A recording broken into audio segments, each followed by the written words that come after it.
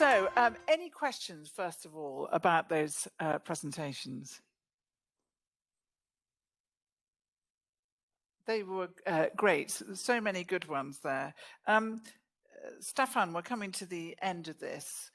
What would you like to say to the assembled audience? Thanks. Would be the first thing. Yes. Okay. So let's. Wow. So it's been a long day for everybody. For us, it's been wonderful. I can hopefully still see. Yes, he's there at the back because he's going to have to come to the front at some point. This dear Benjamin, because we have something for you. It's not just to be mean and torture you some more. Ben, so come down here.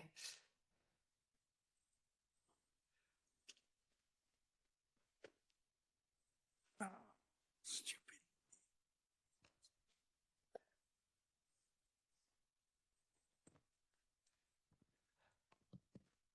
So this is the man who has put all of this together, and he's done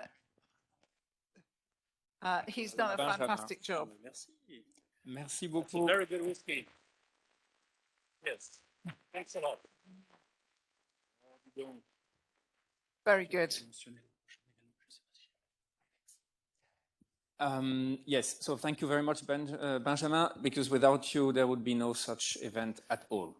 So you were very quiet in the back, so I had to find a way to make you come down here. Yeah, so I'd like to thank everybody for coming here, especially people from outside, from industry, from Goodyear, from IEE, and I will forget everybody or half of them, so I won't continue naming, but thank you for the people also coming from the doctoral program in computational science from the board that were here today. Obviously, thank you to all the PhD students that spent a really long time preparing and did that very seriously, and that I was really, really, really happy to see that, because it's I think it was a really good event. It's an opportunity to learn to speak and to speak to an audience that is not an expert audience, and I think that was very, very well done, and so I'm very satisfied with this. But there will be more events and there will be more discussions, and this is not the end. So for example, what I take out of this day is that we need to find more ways to communicate, and this is something that Vivian, who came all the way from the UK with both Mary Poppins and Margaret Thatcher in her handbag, was instrumental in making this day what it was. And so again, thank you very much. And communication of science is something that's not easy, and thanks to you, it always sounds like a piece of good British cake.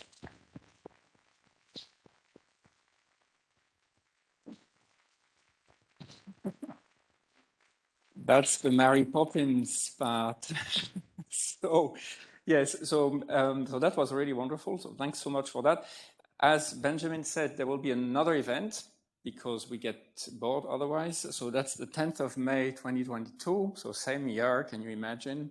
Just to be clear, we had no event for like 3 years. So first of all, because of COVID, and second, because we didn't think of it. So that's that. So there will be more learning to communicate, let's say, exercises. So first, we are creating a Master of Science between the math department and the engineering and also other application areas. So you will for sure hear about this, because at some point you and your fellow industry colleagues will be contacted by me usually to ask whether you'll be happy to host some students.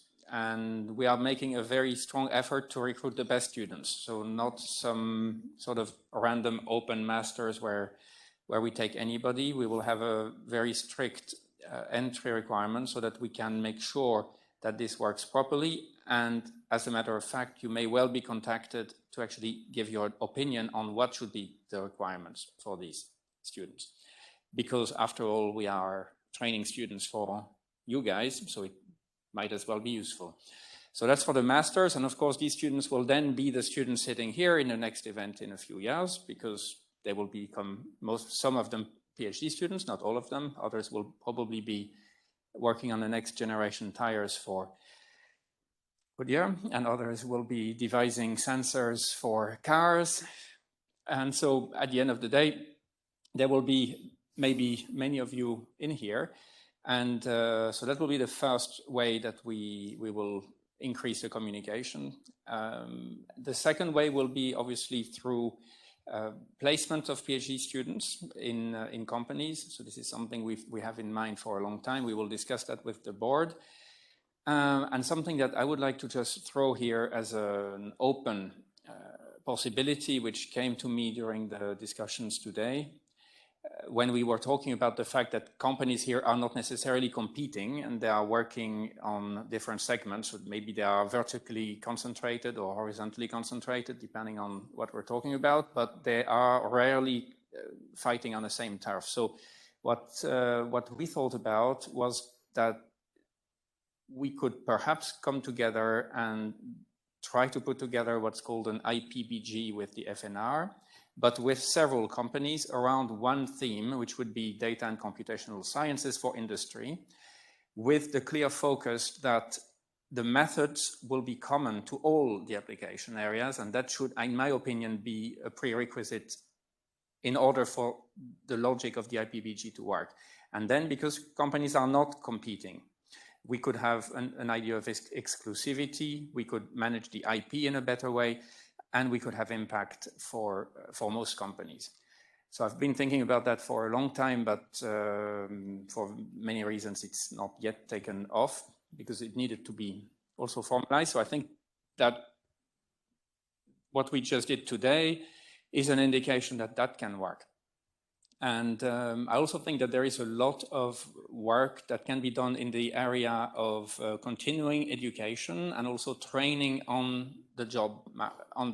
So there are many skills that are being used, that are being developed. We go very fast. You go very fast in industry. We go also very fast in academia, but we are not racing on the same loop.